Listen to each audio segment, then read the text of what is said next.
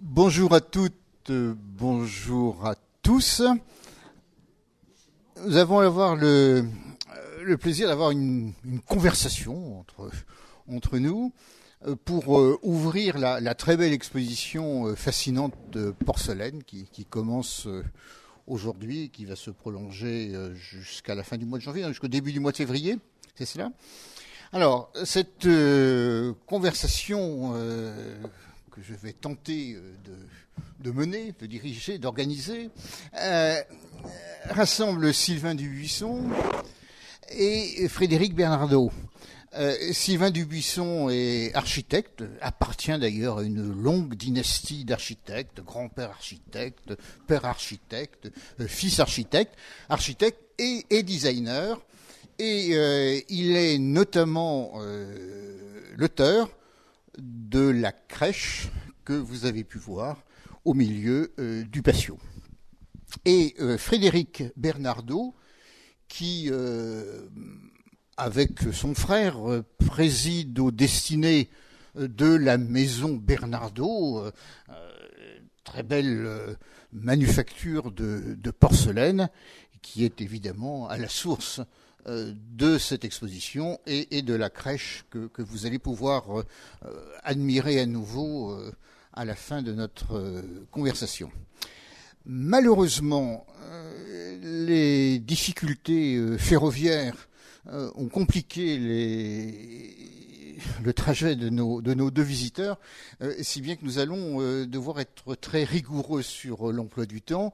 Nous aurons une conversation tous les trois d'une grosse demi-heure, après quoi on pourra vous donner la parole pendant un bon quart d'heure, mais il faut une grosse demi-heure. Enfin, il faut qu'à 16h, on se sépare bons amis. Voilà. Hein. Je l'espère. Ma première question... Non, c'est une question qui se pose, qui est posée à tous les deux. Vous allez voir. Attendez que je pose la question avant de donner des semblants de réponse. Comment vous êtes-vous rencontrés ? Sylvain, Frédéric, allez, l'un des deux.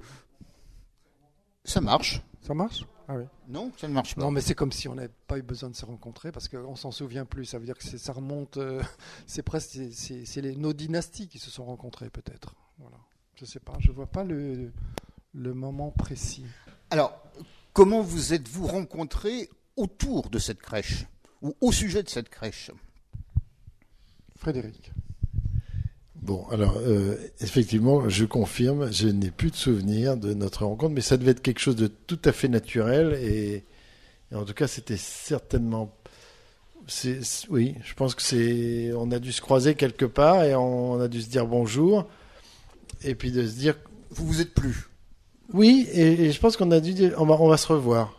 Et je suis sûr même que c'est comme ça, parce que je vois pas de... bon, bref, ça n'a aucune importance. Enfin, ça n'a aucune importance. Ça n'a pas d'importance essentielle. Voilà. Alors, la crèche, c'est le curé de la Madeleine qui vient vous voir. Voilà, la crèche, non. Vous savez, on est une entreprise familiale. J'ai mon frère, ma petite sœur qui travaille avec nous aussi.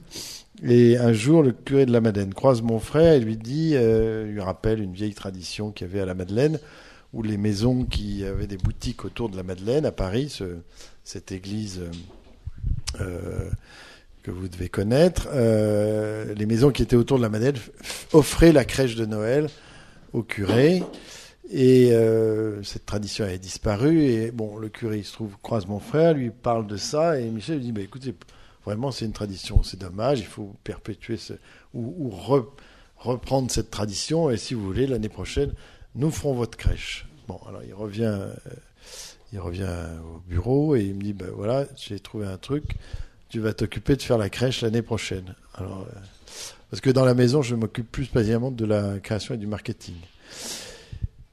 Et alors, j'ai un mouvement de stupeur, parce que d'habitude, on fait pas trop les santons et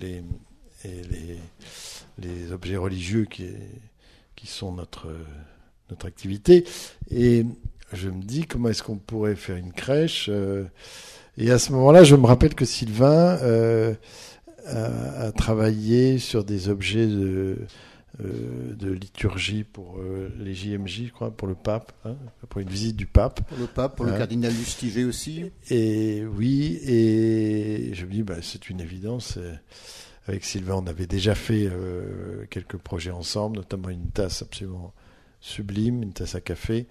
Et je dis, c'est l'homme de la situation, il va nous sortir de pas de ce mauvais pas, mais enfin, il va nous sortir de cette situation compliquée quand même de créer une crèche en porcelaine. Et j'appelle Sylvain et je lui dis, voilà, écoute, Michel est revenu avec un projet, il faut faire une crèche. Mais alors, je lui dis, moi, j'ai pas tellement envie, je me vois pas avec des santons, avec des petits animaux en céramique, ça a été fait 50 fois.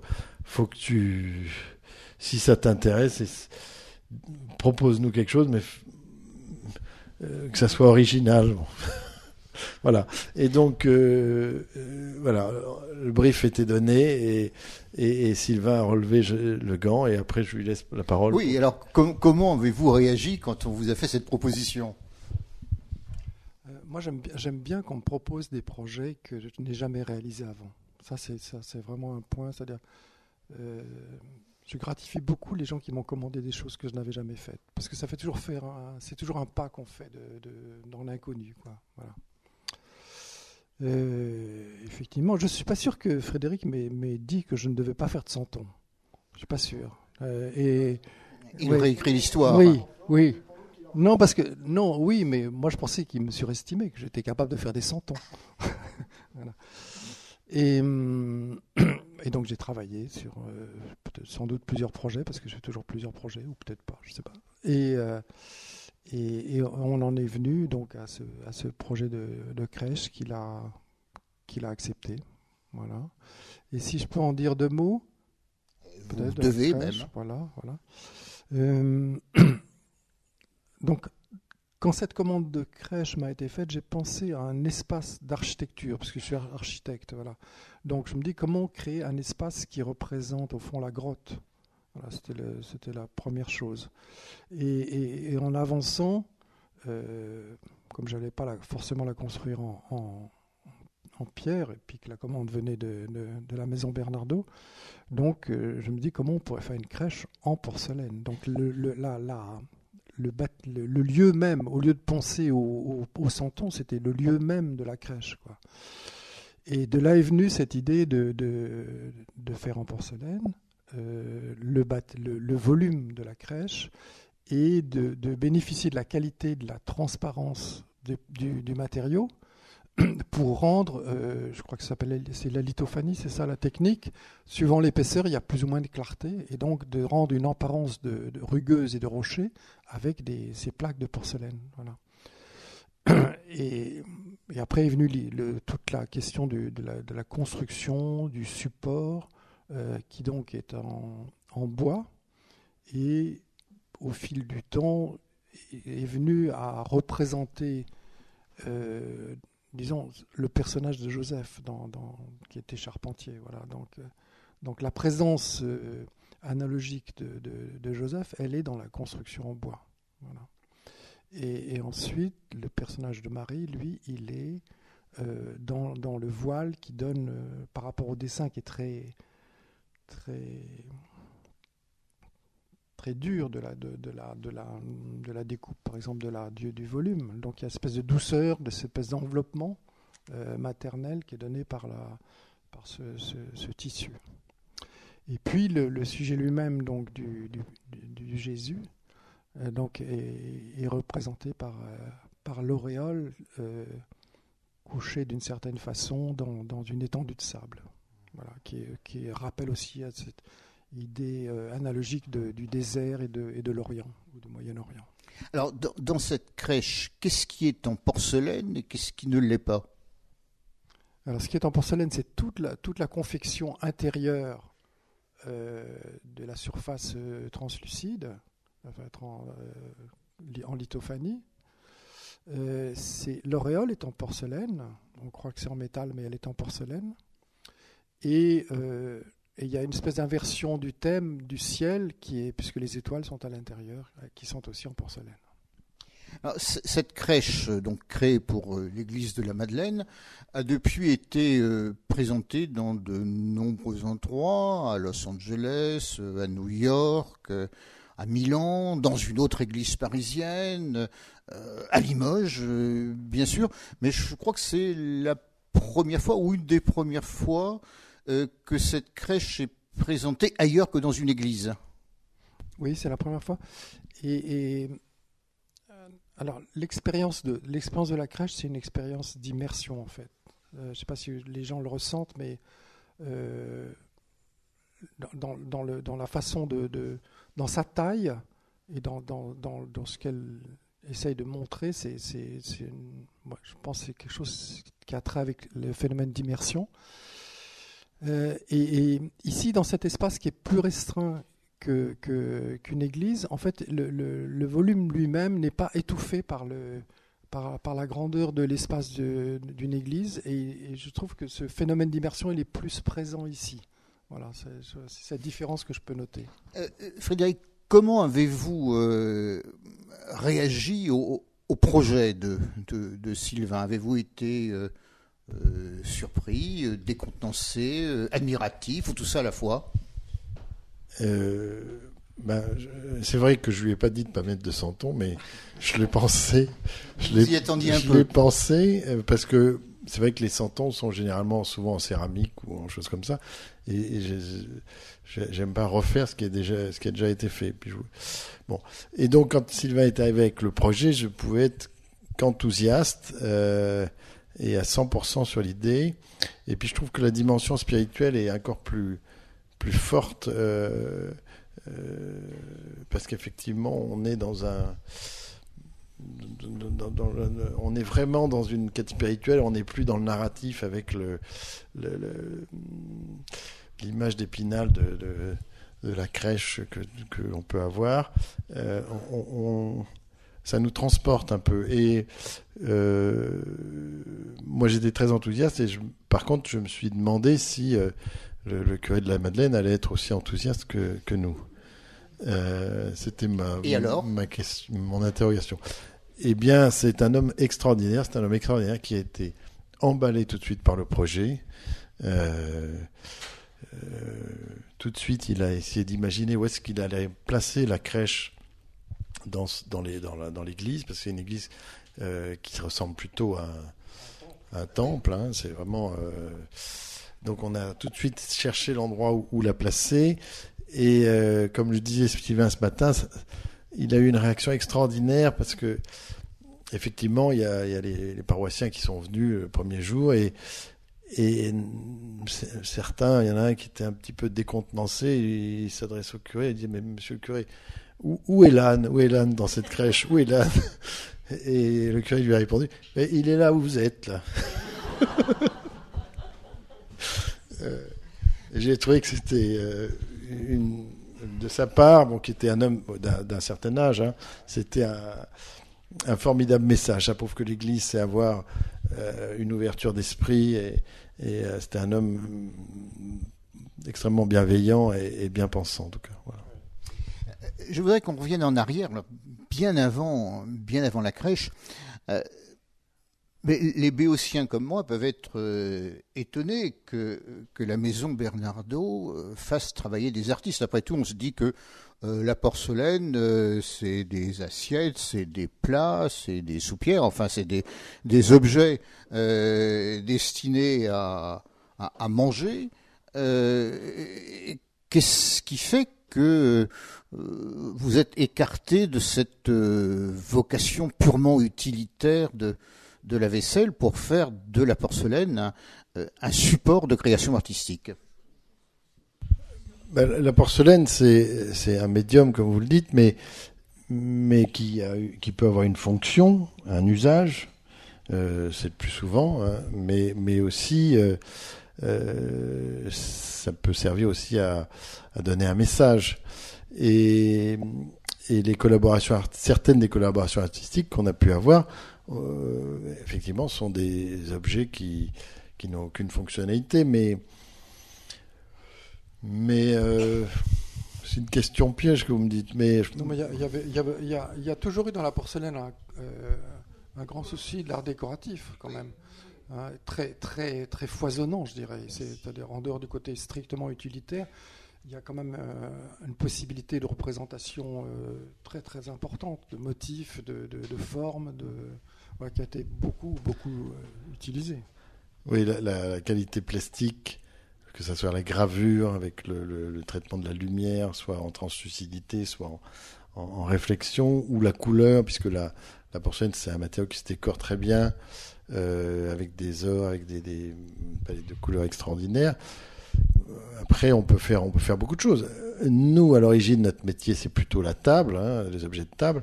Et puis, on a invité beaucoup d'artistes à travailler sur le décor de la table à l'occasion quand la maison a voulu fêter et célébrer son 150e anniversaire. On a invité beaucoup d'artistes à réinterpréter la table à travers leur questionnement artistique. Et puis après, ça a débordé aussi sur des objets qui n'ont plus nécessairement de fonction, mais qui sont des beaux objets, dont certains que vous pouvez voir ici, qui sont... Alors, pour la crèche, vous avez décrit le cheminement. Le curé de la Madeleine prend contact avec votre entreprise et vous vous dites « Je connais le créateur qui sera la personne idoine ». Est-ce que c'est toujours comme ça se passe, ou bien arrive-t-il que vous-même passiez commande auprès d'un artiste, ou à l'inverse, qu'un artiste vienne frapper à votre porte en disant « j'ai un projet ». À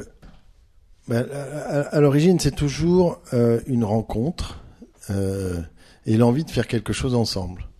Il se trouve que on a la chance de porter le nom de notre manufacture, donc on a, quand on rencontre un artiste, on a moins besoin de se présenter. Et donc, souvent, il se crée un intérêt mutuel. Nous, on est toujours intéressés par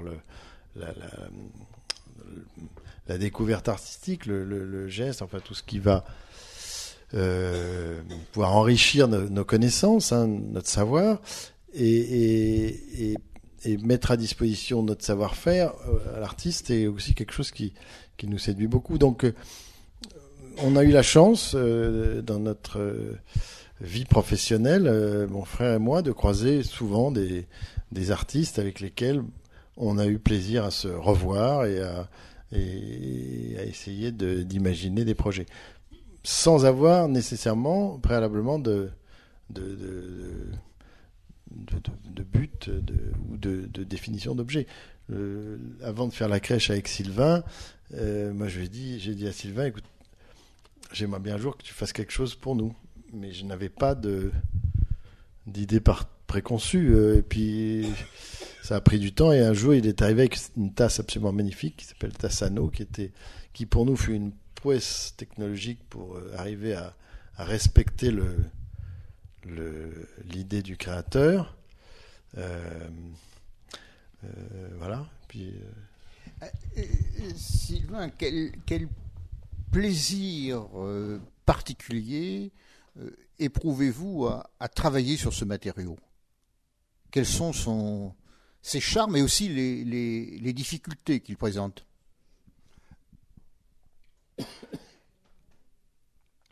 Alors, moi, j'aime beaucoup travailler avec différents matériaux. J'ai toujours et la porcelaine, c'est un matériau extrêmement particulier dans l'ensemble des matériaux qui sont à notre disposition, parce que la porcelaine, c'est pratiquement incontrôlable. Déjà, il y a un phénomène de réduction de la pièce entre la pièce avant cuisson et après cuisson. C'est une réduction considérable. C'est une réduction, oui, je crois que Frédéric disait entre 15 et 18. Voilà. Ouais. Voilà, il y a la porcelaine, c'est un matériau. Pour arriver à maîtriser un projet en porcelaine, eh bien, pour le réaliser, c'est-à-dire il y a le dessin, mais pour le réaliser, ça passe par des phases d'expérimentation très très très subtiles, très complexes, pas toujours définissables a priori. Voilà. Donc déjà, vouloir travailler avec la porcelaine, c'est quasiment une aventure, je pense. Hein, Frédéric, je pense. À chaque fois, oui. Ouais. Oui, non, c'est vrai que c'est... Et même avec le savoir-faire qu'ils peuvent avoir, je pense qu'il y a toujours quelque chose qui peut arriver qui est... Et c'est très décevant au départ. On est souvent loin de la... Mais il faut être opiniâtre, il faut revenir, affiner. Et c'est vraiment un métier où il faut être patient pour obtenir ce que l'on souhaite. Et alors, j'imagine que les projets des artistes sont pour vous autant de défis techniques. Est-ce qu'il y a des cas où vous vous êtes dit, ça, non, ça, on ne va pas savoir le faire? Oui, bien sûr. Mais d'un autre côté, c'est ce qui fait le sel de l'existence, c'est de se surpasser, c'est de trouver les réponses à une question... voilà, alors, chaque projet est une aventure, hein, Sylvain le disait très bien, qui prend beaucoup de temps à se résoudre. Bon, par exemple, je reviens sur cette petite tasse que Sylvain a si élégamment dessinée, qui s'appelle la tasse à nouilles, dont il y a une petite photo là, juste à côté de la crèche. C'est vrai que les premiers essais, c'était pas à la hauteur des attentes de Sylvain. Il avait raison. Et puis on est revenu, on a retravaillé. Bon, la création est pour nous la source ou à l'origine de l'innovation. C'est-à-dire que chaque fois qu'on a un projet avec un artiste, à chaque fois qu'il faut qu'on mette en route des techniques innovantes pour arriver à le résoudre. Et en cela, je crois que la création, ces dernières années, ou ces 20 dernières années, où quand même l'industrie de la céramique a beaucoup souffert en Europe, a été pour nous des années où on a enrichi notre savoir-faire, on a appris plein de nouveaux gestes, plein de nouvelles méthodes. Et aujourd'hui, où on sort un petit peu de cette période compliquée pour l'industrie de la céramique, on a considérablement enrichi nos savoir-faire. Et du coup, cette collaboration avec des artistes, ça produit des effets dans votre production plus ordinaire. Ah oui, ça a incontestablement des retombées. On a revu des process, on a amélioré, par exemple, il y a des artistes qui nous demandent de faire des couleurs très compliquées où, eh bien, ça c'est pareil, il faut chercher, il faut faire des mélanges, il faut peindre d'une certaine façon, cuire d'une certaine façon. Tout ce qu'on va apprendre dans cette chose qui va nous sortir de nos habitudes, hein, eh bien, ça sera un enrichissement pour plus tard. Si on avait dû faire que des reproductions de décors du XVIIIe siècle, je pense, qui sont au demeurant tout à fait respectables et élégants, si vous voulez, mais la façon de les faire, on n'apprend rien, si ce n'est qu'on fait que reproduire la même façon de faire. Et c'est pas comme ça qu'on peut faire progresser une entreprise, parce que la porcelaine c'est pas une technique qui est arrêtée, on en découvre tous les jours, on apprend tous les jours. Alors la crèche c'est un exemple, mais vous avez dans cette exposition les plaques que vous paierez peut-être sur un des meubles qu'on a fait avec les frères Campana, et bien des plaques pour faire des plaques toutes planes, toutes fines comme ça, sans aucune bosse, et ben c'est des mois et des mois de recherche pour faire un moule qui va restituer une planéité et une plaque où il n'y aura pas de reflet de bosselage. Bon. Ouais, c'est incroyable de penser que ce qui est plus dur à faire en porcelaine, c'est une plaque. Ce qui est une des choses fascinantes dans cette exposition, c'est que à peu près la moitié des œuvres, si on ne savait pas que c'est de la porcelaine, on ne le devinerait pas. Non, j'exagère. Vous, bien sûr, vous avez l'œil, mais moi et peut-être une partie de l'assemblée peut partager ma surprise. Peut-être, en tout cas, il n'y a pas beaucoup d'autres matériaux qui permettraient de traduire une telle émotion peut-être, hein, ou de telles émotions ou de telles sensations. Alors c'est vrai qu'il y a une pièce parmi d'autres qui est un petit peu atypique, c'est la pièce de Jeff Koons. Alors c'est vrai que quand Koons vient nous voir, il nous dit j'adore la porcelaine, il y en avait chez ma grand-mère ou chez ma mère, bon bref, il nous raconte un petit peu tout son intérêt pour la porcelaine et qu'il aimerait beaucoup faire des objets en porcelaine, qu'il en avait fait quand il était tout jeune et puis qu'il avait arrêté et puis qu'il aimerait de nouveau en refaire. Et il nous confie la réalisation de ce chien bleu que vous verrez peut-être, qui existe en sculpture monumentale de 3 mètres de haut, je crois, mais en métal, qui est entièrement en métal polymiroir et qui est un objet iconique qu'on peut voir sur le toit du musée de New York, là, qui est dans Manhattan, dans Central Park. Bon, bref. Il nous demande de le refaire à une échelle plus petite en nous disant, voilà, je veux exactement la même couleur. Alors, c'est vrai que ça a été... c'est à la fois délicat de dire à un artiste comme Koons, non. Alors, au départ, on dit oui. Et en rentrant chez soi, on se dit, comment on va faire? Bon, alors on a beaucoup cherché, beaucoup cherché. Ça a été plusieurs années de travail pour arriver. D'abord, nous, on n'était pas du tout. Notre savoir-faire à l'origine, c'est des assiettes, des soupières, des cafetières. Donc faire un chien, c'est déjà très ambitieux comme projet, hein, parce que c'est des choses tout à fait différentes de ce qu'on avait l'habitude de faire. Mais effectivement, comme je vous l'avais expliqué, comme on avait fait pas mal de R&D sur un autre projet précédemment, on s'est servi d'un autre projet qu'on avait fait qui n'avait rien à voir avec cet animal pour cuire différemment, pour utiliser des petites astuces pour faire en sorte que plusieurs ballons qu'on vient mettre bout à bout n'explosent pas à la cuisson, parce que vous remarquerez que sur ce chien, enfin vous le voyez pas, mais il y a un seul trou. Et quand on cuit la porcelaine, eh ben, comme elle se rétracte, il faut bien que l'air qui est à l'intérieur s'expulse. Donc, pour faire en sorte que l'air qu'il y a dans la tête puisse sortir de la bête, il faut lui créer des petits orifices pour que ça sorte par un seul endroit, puisqu'il n'y a qu'un seul endroit où il y a un trou. Et c'était vraiment nos ingénieurs ont beaucoup réfléchi, parce qu'il y a les ingénieurs bien sûr qui réfléchissent, et puis les artisans. L'artisan qui va créer la forme, qui va créer les plis, tous les petits détails, parce que Koons c'est un fou furieux du détail, donc il veut que le ballon il ait des plis comme si c'était un vrai ballon.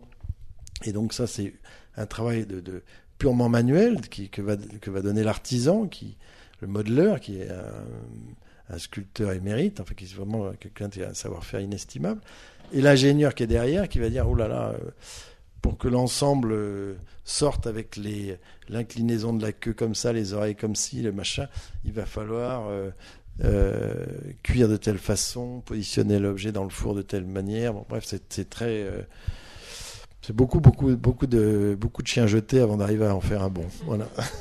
Et la finition? Alors la finition, ça c'est encore autre chose. C'est vrai que pour obtenir cette couleur, ça a été beaucoup de recherche et un gros investissement. Mais au final, on a trouvé une manière de traduire les couleurs telles qu'ils les avaient imaginées.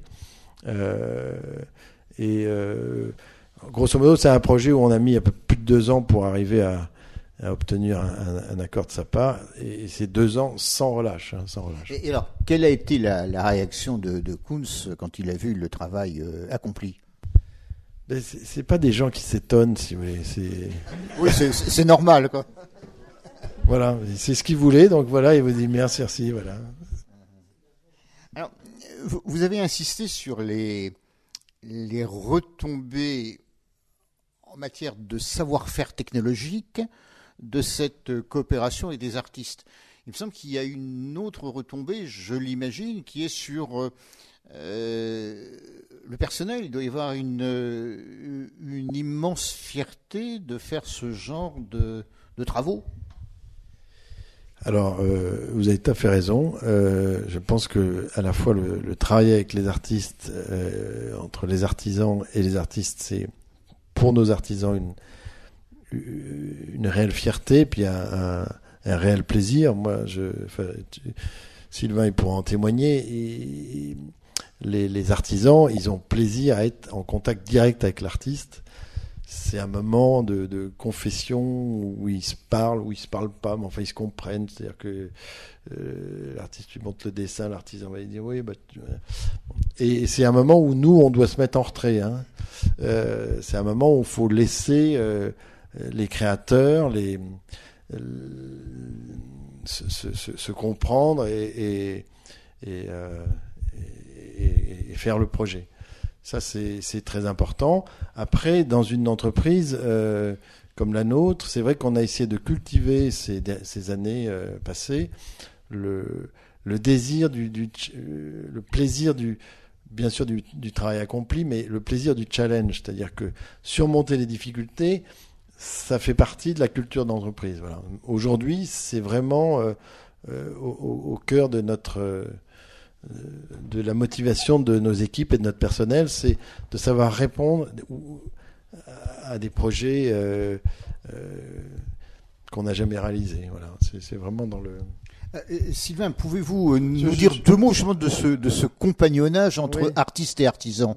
Je pense les deux mots qui pourraient qualifier cette relation avec une entreprise comme Bernardaud, c'est prudence et enthousiasme. C'est-à-dire parce qu'il faut être prudent parce qu'on ne sait pas si on peut arriver au bout. Et l'enthousiasme, c'est parce qu'il y a la volonté de vouloir parvenir. Quoi. Voilà, c'est deux attitudes, je pense, qui marquent les collaborations. Et humainement, comment se passe le contact avec les gens qui vont concrétiser votre idée? Vous savez, quand vous avez un médium pour discuter, donc le médium, c'est le matériau, la porcelaine et le projet, il n'y a pas de face à face, c'est ensemble. Voilà. Donc ça, c'est quelque chose qu'on partage et quelque chose qui est... Voilà. Non, vous vouliez réagir, non? Non, il a tout dit. Non, vous n'avez pas tout dit, mais j'ai encore des questions à vous poser. C'est ensemble, mais l'enthousiasme du créateur doit être partagé par l'enthousiasme de l'ingénieur. Donc si le créateur n'emporte pas tout... ne génère pas le mouvement, derrière ça suivra pas.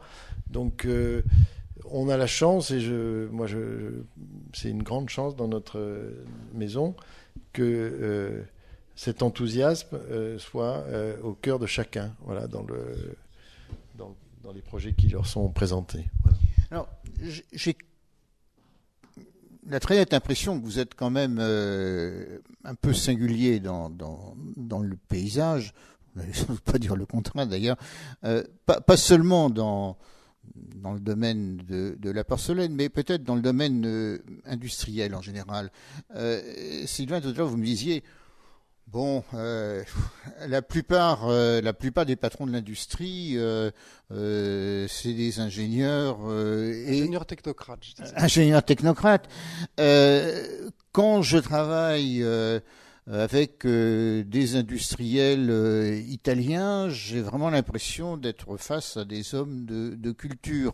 Et c'est quand même aussi votre cas, d'une part parce que vous avez mis l'accent sur la collaboration avec des créateurs, et d'autre part parce que, comme vous le disiez tout à l'heure, vous ne vous contentez pas de reproduire des décors du XVIIIe siècle, mais vous faites appel à la création contemporaine. Ça dénote un goût certain, une ouverture certaine sur ce qui se fait aujourd'hui. Et l'expérimentation, je pense. Ils sont les aventuriers. Dans le meilleur sens, ça, je veux dire. Oui. D'abord, on est une entreprise familiale, donc il y a des valeurs qu'on se transmet de génération en génération. Il se trouve que notre père était un pianiste émérite, un grand pianiste. Il a dû arrêter sa carrière parce que son père est mort quand il était assez jeune, à 22 ou 23 ans. Donc lui, il se destinait plutôt à une carrière de concertiste. Et puis finalement, il a dû prendre la suite de son père. Et donc il a arrêté le piano. Néanmoins, nous, on a été élevés dans la musique, à Chopin tous les matins, tous les soirs. Bon, parce que c'était quand même sa passion. Donc l'art, je pense que cette dimension un petit peu artistique était quelque chose qui a toujours été assez présente. Et puis, je dirais que les années un petit peu compliquées nous ont aussi sensibilisés à l'importance de la création dans cette forme de résistance qu'on devait avoir face aux difficultés que pouvaient subir nos métiers ces dernières années. Le pari artistique, c'était aussi un pari industriel gagnant. En tout cas, c'est le pari qu'on a fait. Le pari pour résister n'était pas de se replier, c'était au contraire il y a du brouillard, j'accélère, vous voyez. Donc la conjoncture est compliquée. Faisons appel à des créations, à des créateurs contemporains, à des projets artistiques. Ça fait partie d'une démarche pour arriver à sortir par le haut. Oui, je voulais dire, on s'aperçoit que si on a une perspective historique sur les choses, c'est que à partir de la décennie 80, la question de la communication devient une chose très importante. Et donc, on a un regard sur les designers très particuliers, où les noms émergent, etc., et qui sont des valeurs de communication aussi pour les entreprises, je pense. Frédéric, je pense... Tout à fait. Tout à fait. C'est très nouveau. Alors, tu signes un truc très particulier, c'est-à-dire que le designer est devenu un artiste à part entière dans les années 80. Et on commence à parler de Stark, on commence à parler de grands noms du design qui, jusqu'à présent, étaient inconnus du public. Et notre difficulté, moi je le rappelle, puisque c'est à ce moment-là que je suis rentré dans la maison, c'était d'être une entreprise suffisamment respectable pour pouvoir attirer l'intérêt d'un grand designer. C'est pas forcément respectable, c'est l'idée de pouvoir répondre à cette demande et de l'intégrer dans votre système de vente, ou je sais pas.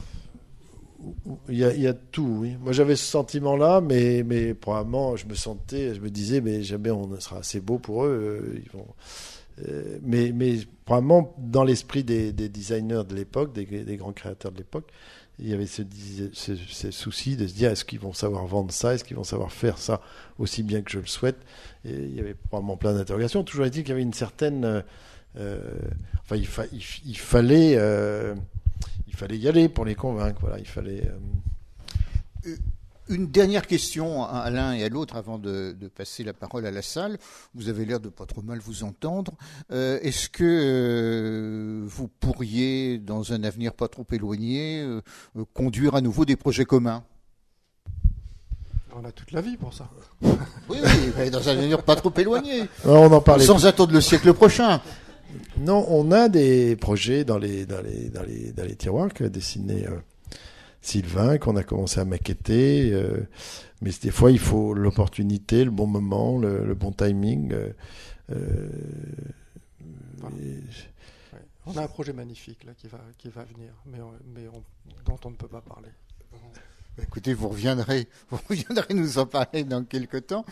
Merci. Écoutez, maintenant, la parole est à la salle. Toutes les questions, les demandes d'explications, sont les bienvenus. Qui souhaitent...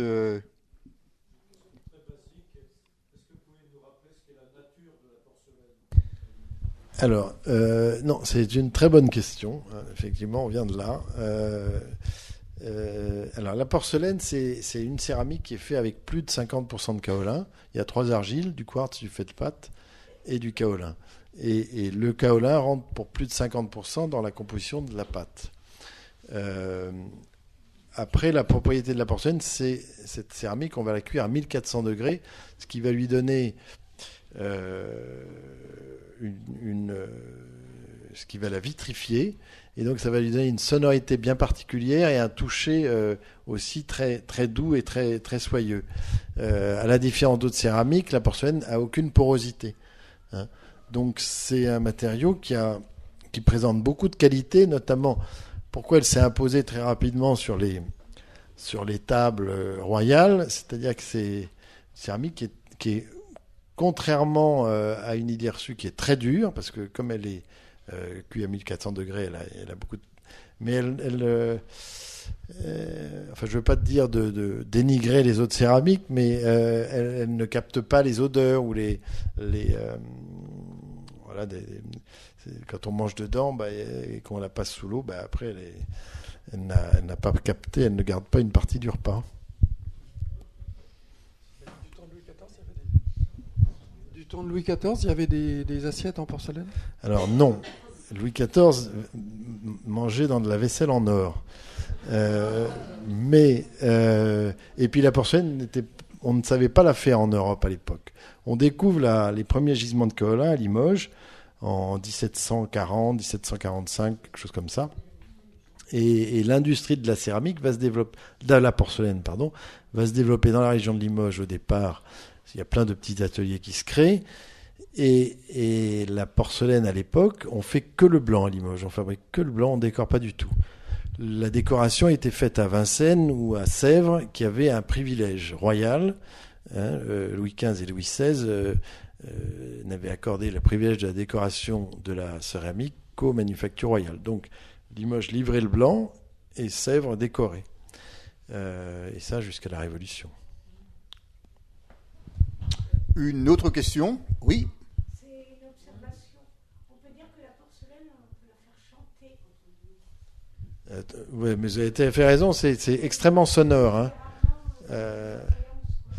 Alors, vous savez, si vous venez un jour visiter la manufacture, il y a plein d'étapes de notre métier. C'est fait de contrôle du début à la fin. C'est-à-dire que chaque fois qu'on fait une étape, on contrôle qu'il n'y a pas une petite fêlure, un petit défaut, un petit grain qui viendrait en bout de chaîne anéantir le travail, un objet qui est passé entre une quarantaine de mains différentes.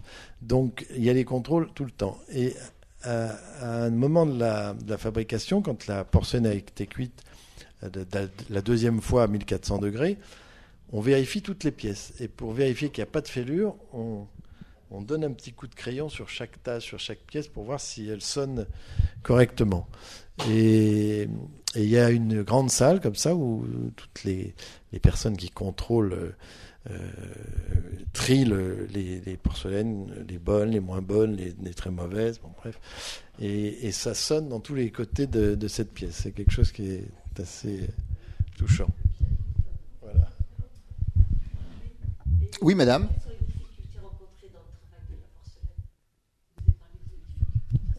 Pour les gens qui n'auraient pas entendu, quelles sont les difficultés rencontrées dans le travail de la porcelaine? Alors, elles sont multiples. Et tout au long du début à la fin du process. Donc, on ne fait qu'empiler les difficultés. Non, les difficultés, c'est d'abord tous les petits grains de métal. À un moment, ici, c'est des petites poussières de fer qui peut être dans la pâte. À un moment, à la cuisson de 1400 degrés, elles vont ressortir de la pâte et ça va faire une petite bulle ou une petite trace de rouille. Donc ça, c'est l'ennemi numéro 1. Donc il faut qu'on travaille avec une pâte qui est parfaitement pure, qui n'a aucune impureté. Bon. Donc déjà, bien préparer sa pâte, c'est une étape très importante. Après, chaque cuisson, chaque étape du process de fabrication et un petit peu, c'est pas de l'équilibrisme, mais pratiquement. Quand on va démouler une pièce, si on déforme un tout petit peu la pièce, même si vous replacez la petite bosse que vous avez pu faire en démoulant la pièce, à la fin du fin, la déformation va ressortir. C'est ce qu'on appelle la mémoire. Bon. Et après, jusqu'à la décoration. La décoration est encore une étape très compliquée puisque il faut veiller à ce que les couleurs, il n'y ait pas de poussière qui tombe dessus avant de les cuire, qu'il n'y ait pas d'air qui soit sous la couleur, sinon ça va faire écailler la peinture. Bon, bref, c'est bon. Voilà, il faut rester bien concentré du début à la fin. Oui, madame.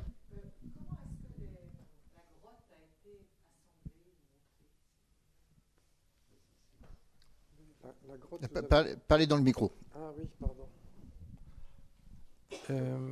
La grotte, vous avez une structure en bois qui est composée disons, d'une ossature et d'une peau extérieure.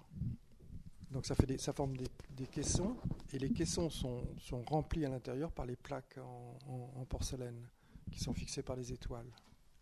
Voilà. Vous avez un petit film juste sous l'escalier avec les machines qui ont servi à faire cette géode extraordinaire. Alors Sylvain est très modeste, mais il a calculé toutes les facettes. Là, il a essayé de m'expliquer un jour, parce qu'il est très fort en géométrie, pas qu'en géométrie, mais aussi en plein d'autres domaines, notamment tout ce qui est voie lactée, toutes les... Bon, bref. Mais en géométrie, c'est vraiment une tête, comme on dit, donc tu as calculé tous les angles de toutes les facettes de cette géode, quand même. Oui, parce qu'en fait, bon, c'est un dôme géodésique, oui, mais qui est fait donc avec des facettes, et les facettes sont pas toutes égales. Voilà. Donc on croit que en fait, c'est relativement complexe, oui. Est-ce qu'il vous est arrivé de dire à un artiste, tu ne peux pas arriver à faire ce que tu veux, on stoppe tout, ou est-ce que tu peux modifier ce que tu avais proposé au départ pour faire un peu différemment pour qu'on puisse y arriver? Oui, je ne veux pas dire le contraire. Mais vous savez, les artistes ne sont pas non plus des gens bornés. Quand on ne sait pas faire ou quand on n'y arrive pas, on peut proposer d'autres solutions et l'artiste peut s'en accommoder. Et puis au contraire, prendre appui là-dessus pour trouver encore autre chose. Donc, il est très rare qu'on se sépare sans avoir rien fait. Si on décide quelque chose, on ira au bout d'une façon ou d'une autre. On peut peut-être changer de projet, mais vous savez, moi je pars toujours du principe que d'abord c'est un plaisir, c'est un plaisir de la relation. Donc on n'a pas envie de se décevoir ni l'un ni l'autre. En général, quand on se choisit, on a envie d'aller au bout de l'exercice. Alors, si l'objet est très compliqué ou trop compliqué, ou s'il nécessite d'être complètement modifié, on va le modifier. Mais je pense que chaque fois qu'on fait quelque chose, c'est avant tout une relation humaine, d'avoir envie de faire quelque chose ensemble. Voilà. Donc, et c'est une relation à plusieurs, puisqu'il y a mon frère, donc on est plusieurs à choisir. Donc, voilà. Faut qu'on y arrive, voilà. Oui. Je voudrais interroger l'artiste qui nous a fait part de la symbolique liée au bois, au voile. Qu'est-ce qui a inspiré votre symbolique de la crèche en tant que telle? Est-ce que c'est la lecture des textes? Est-ce que c'est votre réflexion intérieure sur ce mystère? Qu'est-ce qui est à la source de cette symbolique que vous avez représentée sous forme de disques, de cercles, de symboles eucharistiques en même temps? Est-ce que ça va jusque-là? Qu'est-ce qui a été porteur de cette symbolique? Alors, moi j'ai l'impression que cette pièce, c'est une pièce qui est une expérience. C'est l'expérience d'une immersion. C'est-à-dire qu'il y a une représentation d'un certain nombre il y a une représentation de quelque chose, voilà, donc la grotte, le travail du bois, ce que j'ai dit tout à l'heure. Mais c'est la question de l'expérience, je pense, et que chacun doit éprouver soi-même, en réalité. C'est-à-dire que moi-même, je peux impulser certaines convictions, certaines croyances, être habité d'une certaine façon spirituellement, mais je pense que la question, c'est l'expérience de chacun vis-à-vis de cette. C'est pas un objet distancié, disons. Voilà, c'est pas. Voilà, c'est très important cette question de l'expérience dans cette crèche-ci. Absolument. Moi, je dirais que toutes les croyances peuvent se retrouver devant cette crèche. C'est un objet de méditation, enfin un objet. C'est une pièce de méditation c'est vrai que on peut avoir du plaisir rien qu'en la regardant. Voilà. Pour prolonger cette question, j'ai bien compris que quand on vous a proposé la chose, vous ne vouliez pas faire de Santon. Est-ce que vous avez tourné longtemps autour de l'idée ou est-ce que ça s'est spontanément imposé à vous? Ah ben, j'ai jamais rien su faire de spontané. Ah non, ça c'est en réalité, moi je travaille sur l'effondrement. C'est-à-dire que quand on me propose quelque chose, je dis oui, mais je ne sais pas faire. Voilà. Et c'est peu à peu le projet qui émerge en tâtonnant. Voilà. Et on a ses affinités, on a ce qu'on sait faire, on a ses convictions. Enfin, c'est très très multiple. Voilà. Oui, monsieur tout au fond. Pour revenir à la fois sur la symbolique et la partie un petit peu calculatoire, j'ai peut-être raté une partie de l'exposé ou dans le film. Il y a des étoiles qui sont pentagonales et des étoiles qui sont hexagonales. Est-ce qu'il y a une symbolique derrière le choix des pentagonales et des hexagonales? Et deux, est-ce que au contraire, ce choix-là correspond à vos calculs sur la structure géodésique et qui fait qu'à un moment donné, il fallait qu'elle soit à 5 branches ou à 6 branches? Alors je me souviens pas qu'il y a des pièces En tout cas, voilà un observateur attentif. et pentagonales, je m'en souviens pas. Oui, parce que oui, je sais pas. Je crois qu'il y a des triangles et des il n'y a pas que des triangles, je crois, dans les oui. Voilà, ça, mais ça doit correspondre en fait aux différentes faces des points. Voilà, je pense. Ouais. Alors, madame au premier rang, puis madame au deuxième après. Les valeurs qui sont transmises de génération en génération concernant le travail. Il y avait la patience et l'enthousiasme, et vous avez parlé d'autres valeurs qui étaient transmises de génération en génération. Oui, ben les autres valeurs, c'est les savoir-faire, la technique. Je veux dire, chez nous, il y a des lycées professionnels, mais comme quand les jeunes sortent des lycées professionnels, ils manquent quand même de pratique et ils vont apprendre beaucoup grâce aux tuteurs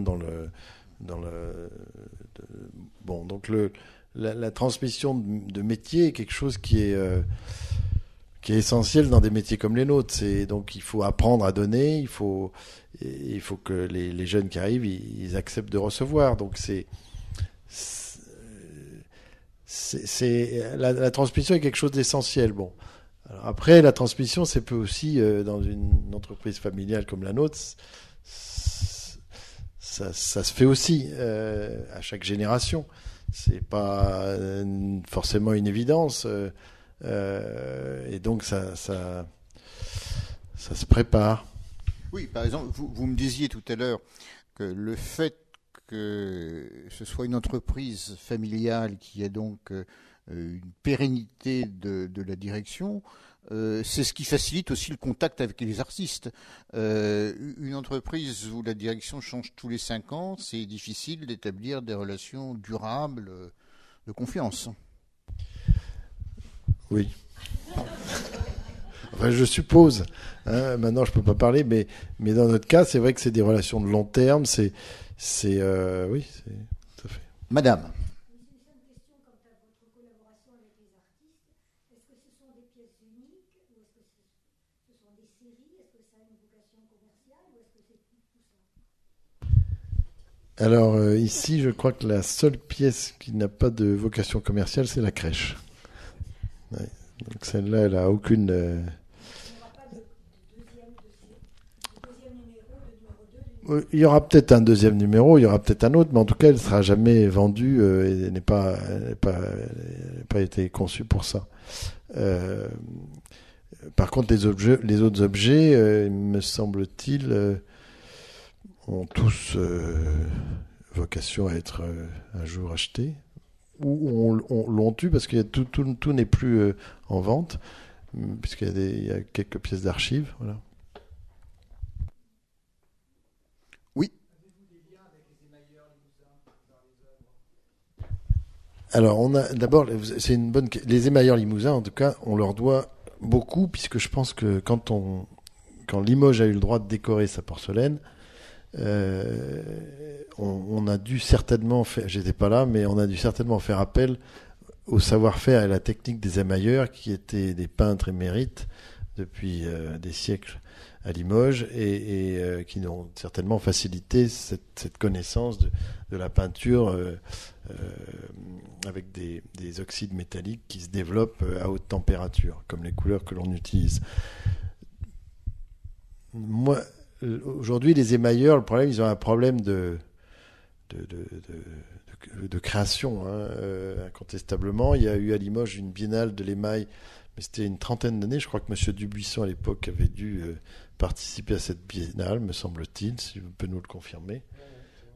Et donc, cette biennale avait invité de nombreux créateurs à l'époque à imaginer, ça avait été un succès fabuleux. Et puis, c'était une manifestation qui s'est soutenue par la mairie de Limoges. Et malheureusement, elle a arrêté, alors qu'elle était en train de redonner du sens à ce métier de l'émail, justement en invitant des créateurs. Alors, c'était une initiative qui était exceptionnelle. Moi, j'ai rencontré beaucoup de gens à cette époque-là. Mais malheureusement, ça n'a pas eu de... Et nous, moi, je me rappelle quand on a ouvert notre premier magasin, j'avais voulu qu'on mette quelques émaux dans notre boutique. Bon, et on avait travaillé avec un émailleur, mais c'est vrai qu'à un moment, l'artisan, il lui faut aussi un artiste derrière.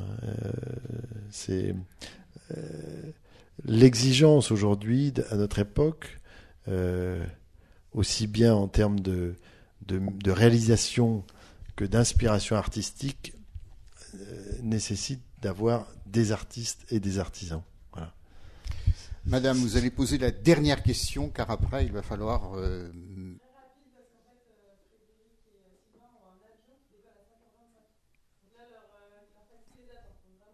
Voilà.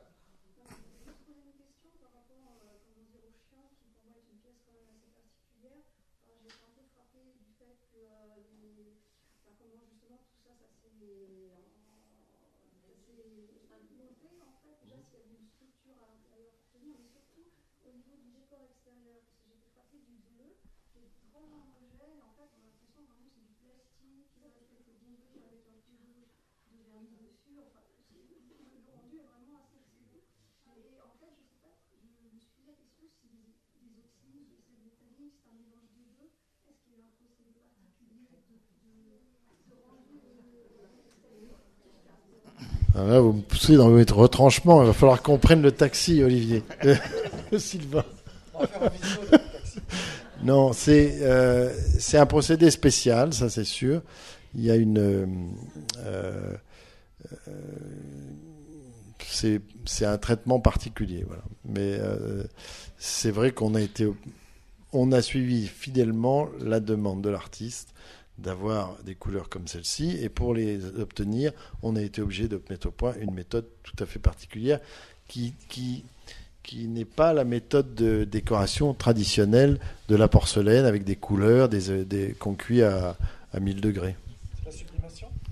C'est en quelque sorte une sublimation, exactement. Oui, c'est la sublimation. Merci.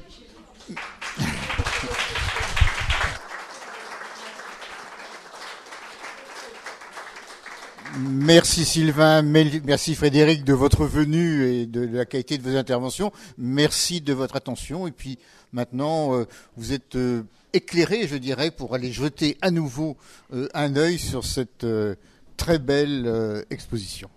Merci de votre accueil.